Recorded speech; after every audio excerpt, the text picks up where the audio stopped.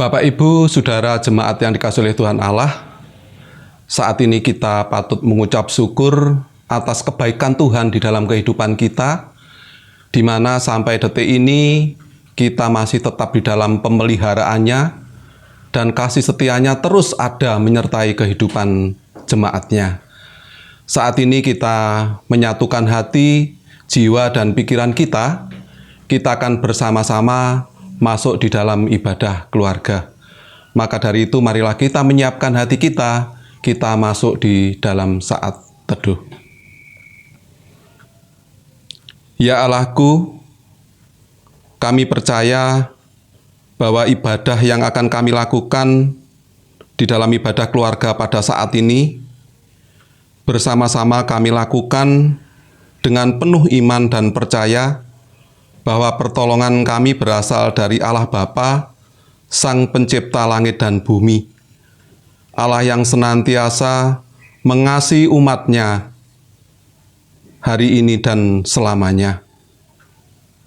Kasih karunia dan damai sejahtera dari Allah Bapa di dalam nama Tuhan Yesus Kristus mengalir menyertai jemaat-Nya. Amin. Bapak, Ibu, dan Saudara dikasihi Tuhan, marilah kita bersama-sama mengawali ibadah keluarga kita pada saat ini dengan kita memuji dan memuliakan nama Tuhan. Dari Kidung Jemaat nomor 64, kita pujikan bait yang pertama dan yang kedua.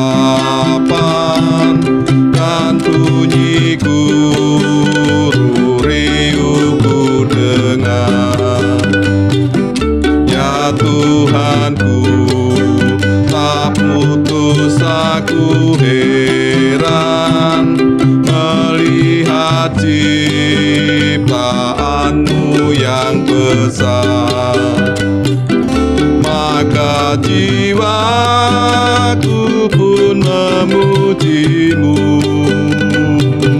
sungguh besar, oh Allahku. Maka jiwaku pun memujimu, sungguh besar, oh Allahku.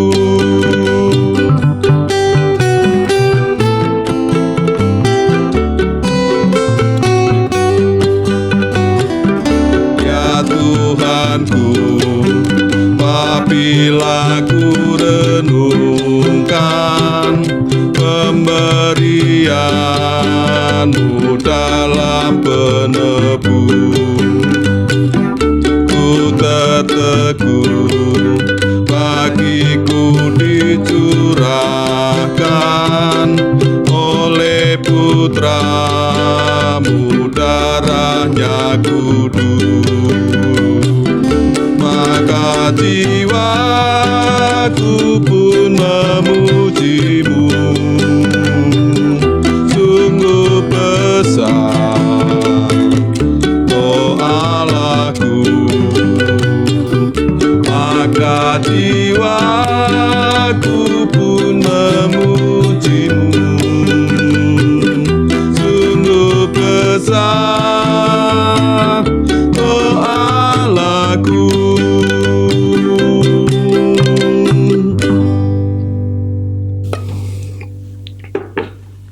Ketika kita menghayati dan meresapi pujian yang kita lantunkan di atas, Bapak Ibu, tentunya sungguh besar kasih setia Tuhan akan kehidupan kita. Maka kita patut dan mengucap syukur, terus memuji melalui jiwa kita kepada Tuhan yang sungguh baik dan bijaksana di dalam kehidupan kita. Bapak, Ibu, dan jemaat yang dikasihi oleh Tuhan, Marilah kita bersama-sama menyerahkan hati dan jiwa kita sebelum kita bersama-sama merenungkan firman Tuhan pada saat ini. Kita bersama-sama tunduk kepala, kita berdoa.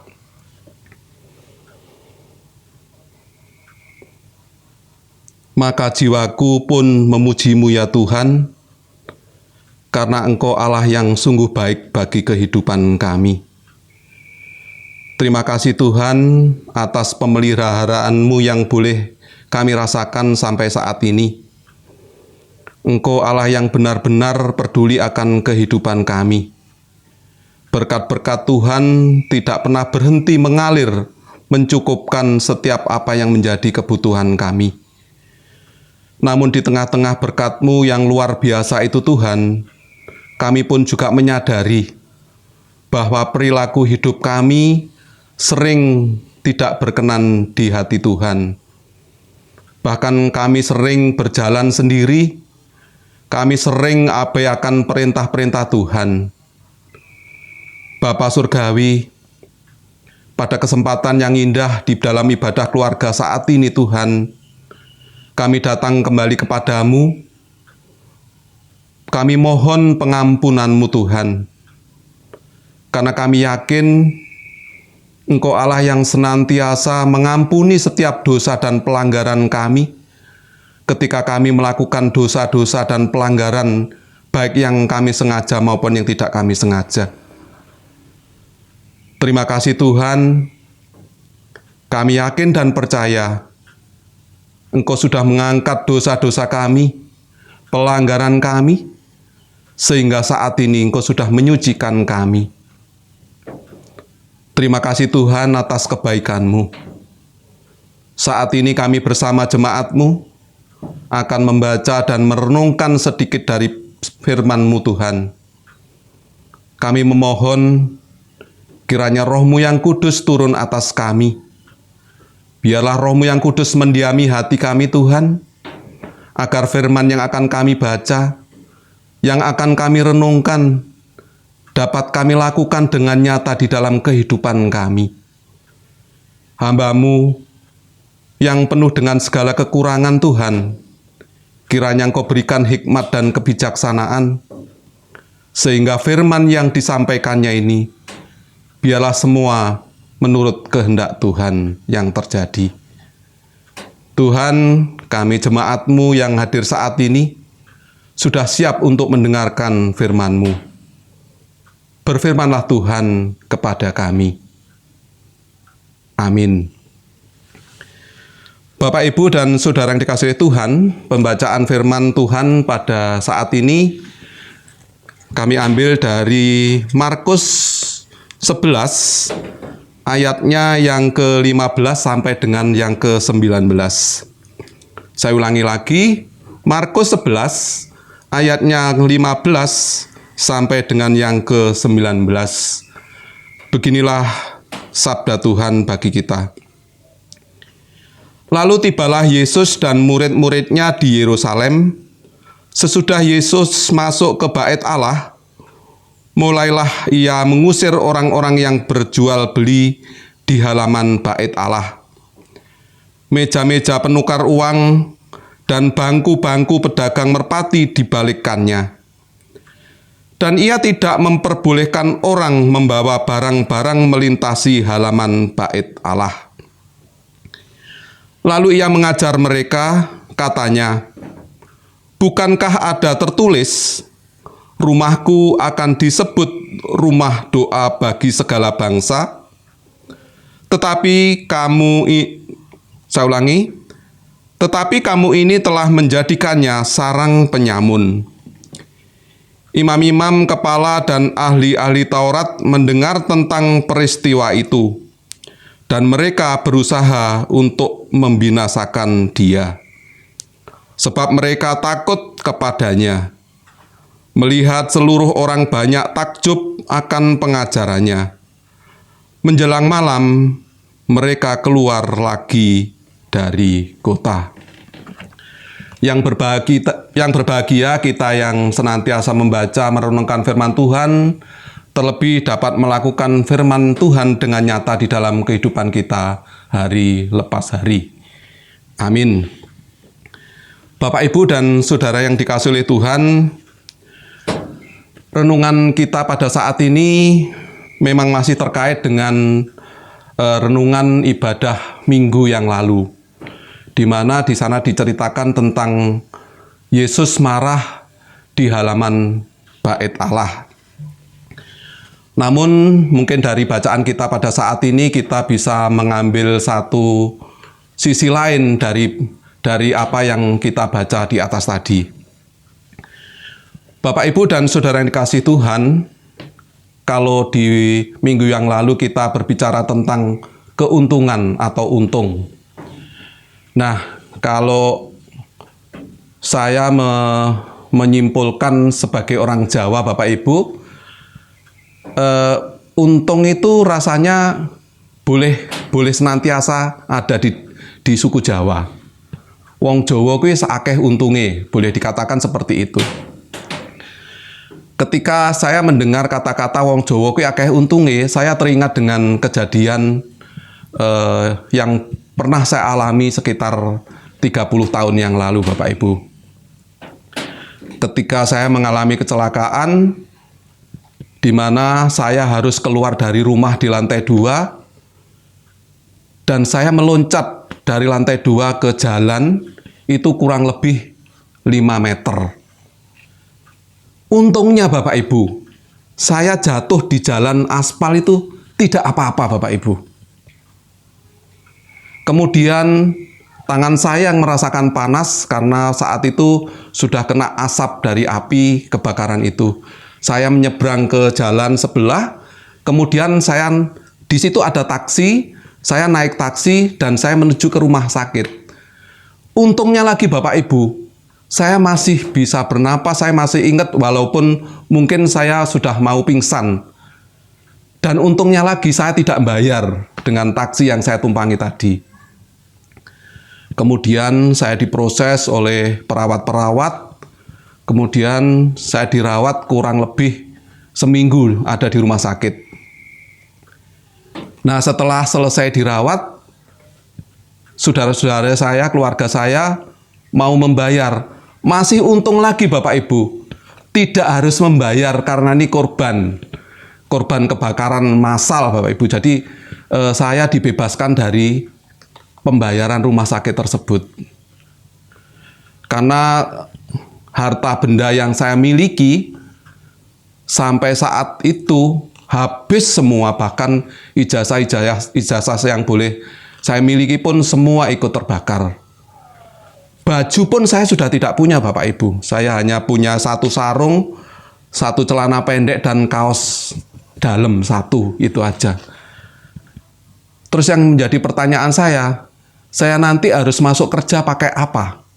Masih untung lagi Bapak Ibu, teman-teman saya itu memberi bantuan meminjami baju dan celana untuk seragam saya.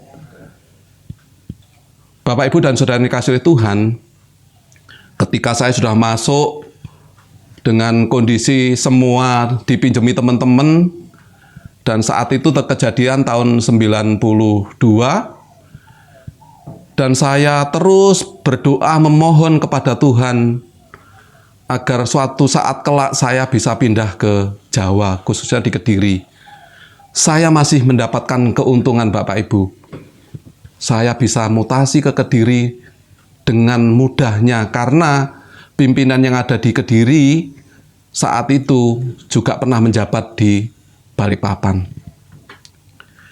Bapak Ibu dan Saudara yang kasih Tuhan, bagi saya yang senantiasa menyerahkan hidup saya, dan saya percaya bahwa semua itu karena kasih Tuhan, bahwa untung yang boleh ada di kehidupan saya itu adalah berkat pemberian Tuhan.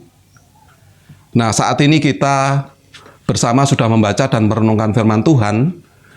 Menurut saya, selain berkat yang diberikan Tuhan yang boleh saya alami, saya punya pemahaman dan pemikiran bahwa untung itu juga ternyata ada sesuatu keuntungan yang harus dicari dan diupayakan. Nah, keuntungan yang harus dicari dan diupayakan adalah kejadian ketika para pedagang, ahli Taurat, para imam-imam yang sedang berjualan di halaman Bait Allah.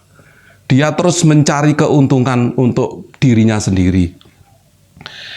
Bapak, Ibu, dan Saudara yang dikasihi oleh Tuhan Allah, bacaan kita pada saat ini, saya teringat dengan satu pertanyaan oleh Bapak Pendeta. Kapan Tuhan Yesus marah?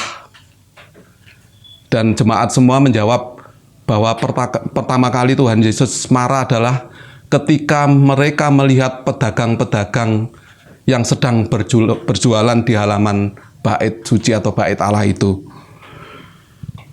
Bapak, Ibu, dan Saudara yang kasih Tuhan, dari bacaan yang kita renungkan di minggu yang lalu, di ibadah minggu, Bapak Pendeta lebih banyak tentang kehidupan manusia yang berrelasi dengan Tuhan, yang kaitannya dengan perhitungan untung dan rugi. Namun saat ini saya menggarisbawahi bahwa bacaan kita yaitu tentang kemarahan Tuhan Yesus, kemudian mengajar kepada orang-orang yang ada di halaman bait Allah itu.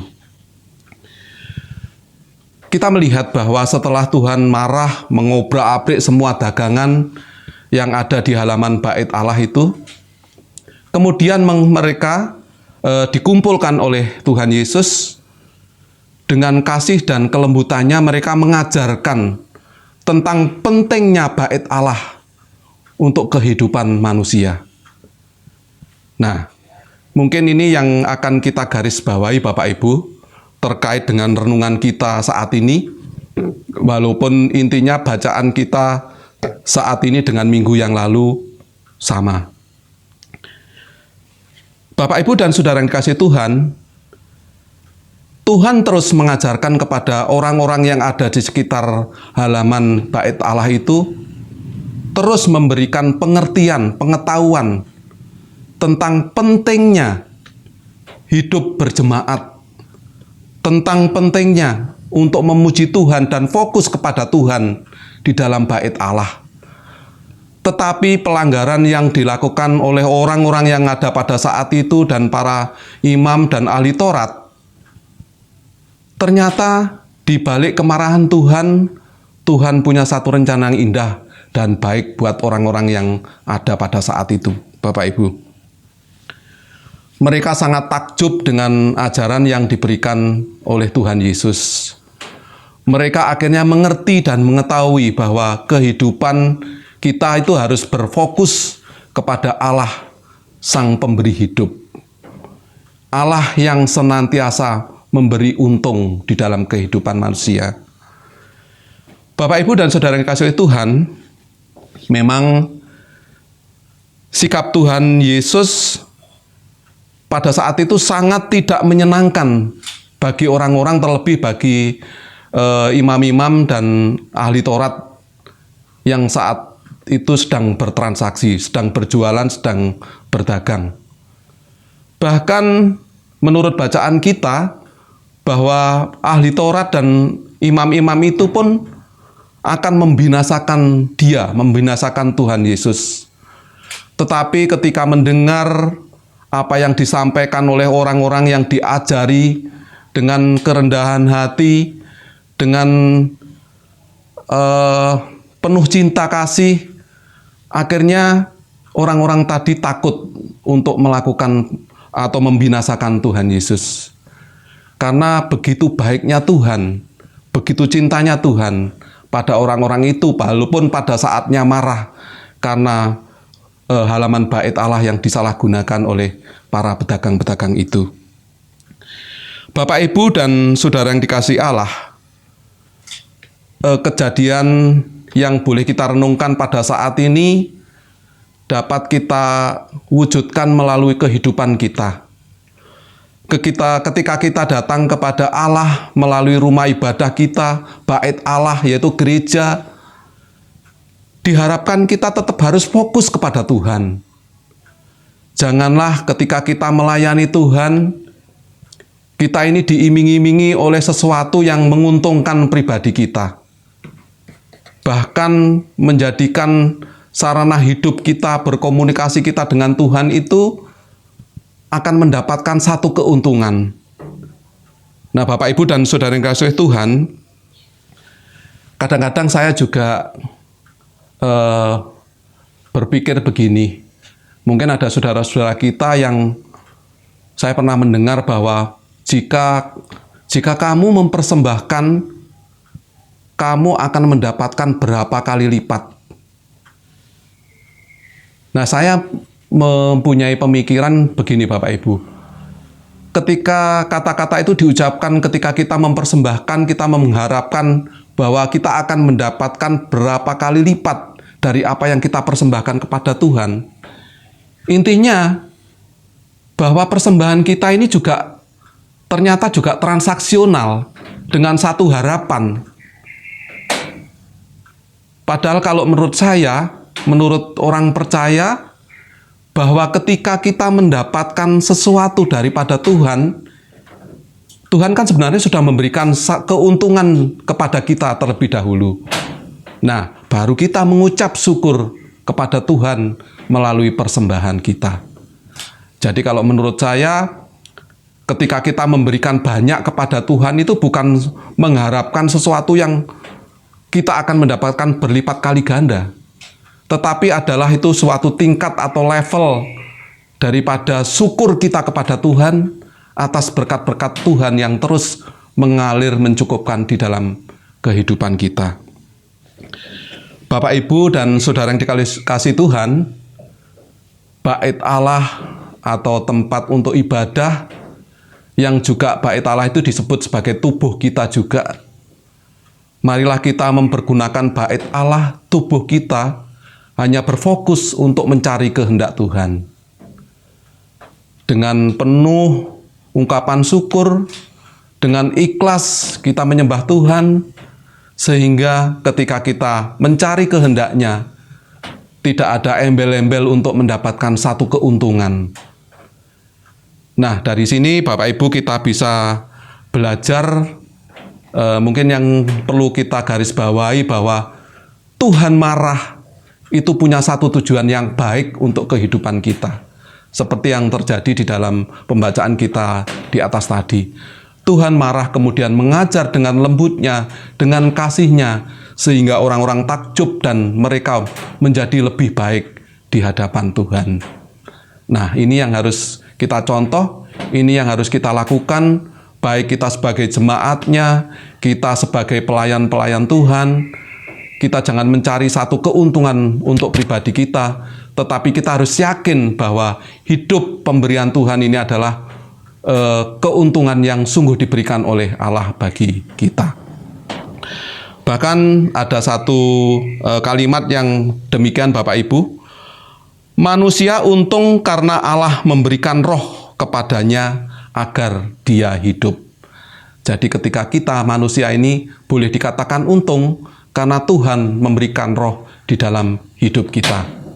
Coba bayangkan ketika kita tidak diberikan roh oleh Tuhan, kita akan mati, kita akan rugi, dan kita akan sia-sia. Bapak, Ibu, dan Saudara yang dikasihi Tuhan, saat ini kita masuk di dalam Minggu Prapaskah yang ketiga. Kita diingatkan tentang pengorbanan Tuhan Yesus yang akan mati di atas kayu salib, dan semua itu untuk dosa-dosa dan pelanggaran kita.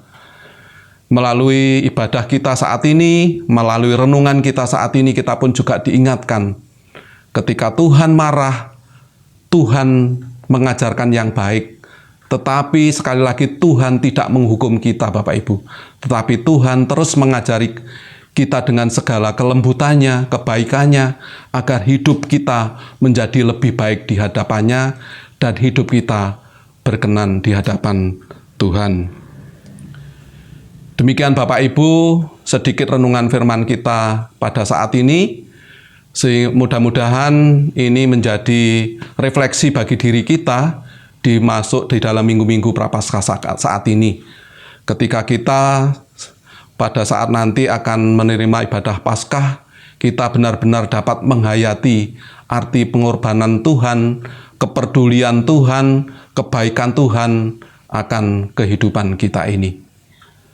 Selamat menikmati karya Tuhan di tengah-tengah hidup kita, dan kita patut mengucap syukur atas kebaikannya yang terus mengalir membersamai hidup kita. Tuhan Yesus memberkati kita. Amin. Setelah kita bersama-sama merenungkan firman Tuhan, Bapak Ibu, kita akan bersama-sama memuji dan memuliakan nama Tuhan kembali.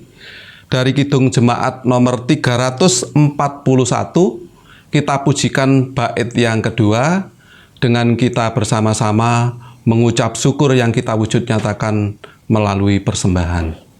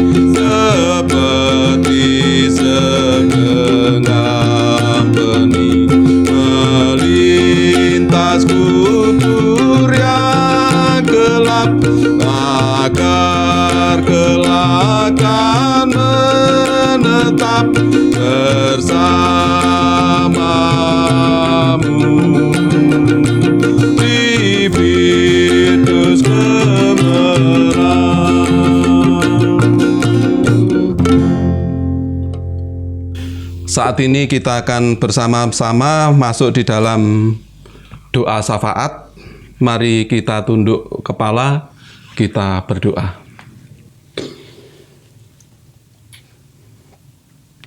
Terima kasih Tuhan atas firman yang sudah kami renungkan bersama pada saat ini. Engkau sudah mengajarkan kepada kami ketika Engkau marah, namun Engkau tetap mengajar kepada kami untuk melakukan yang terbaik. Bahkan Engkau tidak menghukum kami, Tuhan. Terima kasih Tuhan atas kebaikan-Mu. Biarlah ini terus ada di dalam kehidupan kami. Kami tetap dan terus berfokus untuk mencari kehendak-Mu di tengah-tengah kehidupan kami saat ini. Bahkan kami sebagai pelayan-pelayan-Mu Tuhan, terus ambil bagian di dalam pelayanan-pelayanan yang terjadi ini. Terus kami tidak mencari keuntungan kami secara pribadi, namun kami menyadari bahwa hidup yang boleh kami alami ini adalah sebuah keuntungan pemberian Tuhan. Mengucap syukur dan syukur Tuhan atas kebaikan-Mu. Bapa Surgawi, saat ini kami bersatu hati berdoa untuk seluruh jemaat-Mu, baik yang ada di Jatiuringin, di kelompok-kelompok maupun ada di Pepandan Pagu. Apapun yang terjadi di tengah-tengah jemaat-Mu saat ini Tuhan, kami yakin Engkau tidak tinggal diam. Engkau tetap memandang, Engkau tetap melihat, bahkan Engkau tetap menyertai kehidupan mereka pribadi lepas pribadi. Yang sakit Tuhan berikan kesembuhan, yang berbeban berat Tuhan berikan keringanan, bahkan yang merasa kekurangan Tuhan senantiasa memberikan kecukupan. Terima kasih Tuhan atas lawatan-Mu di dalam ibadah keluarga yang kami bangun saat ini. Tuhan, saat ini kami juga berdoa untuk bangsa dan negara kami. Dengan situasi kondisi yang ada seperti saat ini Tuhan, kami mohon kiranya Engkau tetap memberikan kebijaksanaan kepada pemimpin-pemimpin bangsa kami, sehingga para pemimpin negeri kami ini boleh mengelola negeri ini dengan takut akan Tuhan, dan kami para warga negara ini boleh merasakan sukacita, boleh merasakan berkat Tuhan yang terus ada melalui pemimpin bangsa kami, Tuhan. Terima kasih Bapa. Saat ini kami juga berdoa untuk gerejamu di tengah-tengah situasi dan kondisi pandemi seperti saat ini, di mana kami rindu akan perjumpaan tatap muka dengan jemaat-jemaat yang lain. Namun situasi dan kondisi yang belum memungkinkan ini, Tuhan, kiranya Tuhan terus menyertai hidup kami. Tuhan terus memotivasi kami untuk tetap setia, untuk tetap berfokus mencari Allah di dalam kehidupan kami. Terima kasih Tuhan. Saat ini wujud syukur kami juga sudah mengumpulkan persembahan. Kiranya Engkau terima dan Engkau berkati. Biarlah persembahan ini boleh menjadi sarana untuk pelayanan gerejamu, terkhusus yang ada di jemaat di Jatiwaringin ini. Terima kasih Tuhan. Inilah ibadah kami. Inilah syukur kami. Biarlah semua yang kami lakukan, biarlah yang semua kami bangun di dalam ibadah keluarga saat ini, sungguh berkenan di hadapan Tuhan. Di dalam nama Tuhan Yesus Kristus, kami sudah berdoa dan bersyukur. Amin. Bapak, Ibu, dan Saudara yang dikasihi Tuhan, kita bersama-sama akan menutup ibadah keluarga kita saat ini. Kita akan memuji dan memuliakan nama Tuhan dari Kidung Jemaat nomor 387, Kidung Jemaat 387, kita pujikan baitnya yang kedua. Ku heran oleh rahmatnya, hatiku beriman, dan oleh kuasa sabdanya, jiwaku pun tentram.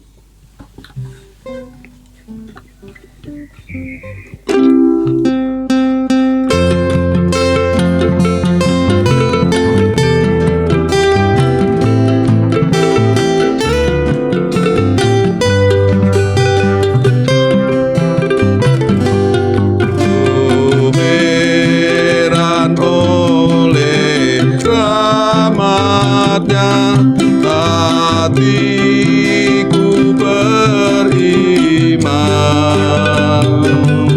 oleh kuasa sabdanya, jiwaku pun tentram. Namun ku tahu yang ku percaya, dan aku yakin kan kuasanya. Dia menjaga yang ku taruhkan hingga harinya kelak.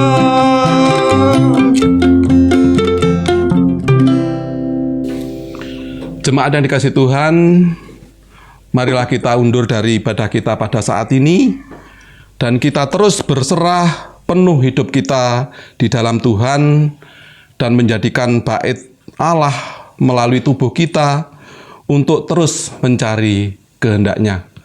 Kita bersama-sama akan menerima berkat Tuhan melalui hamba-Nya.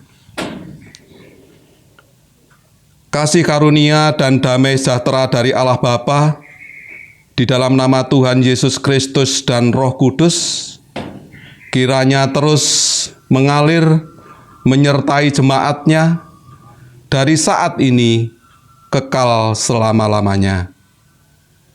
Amin.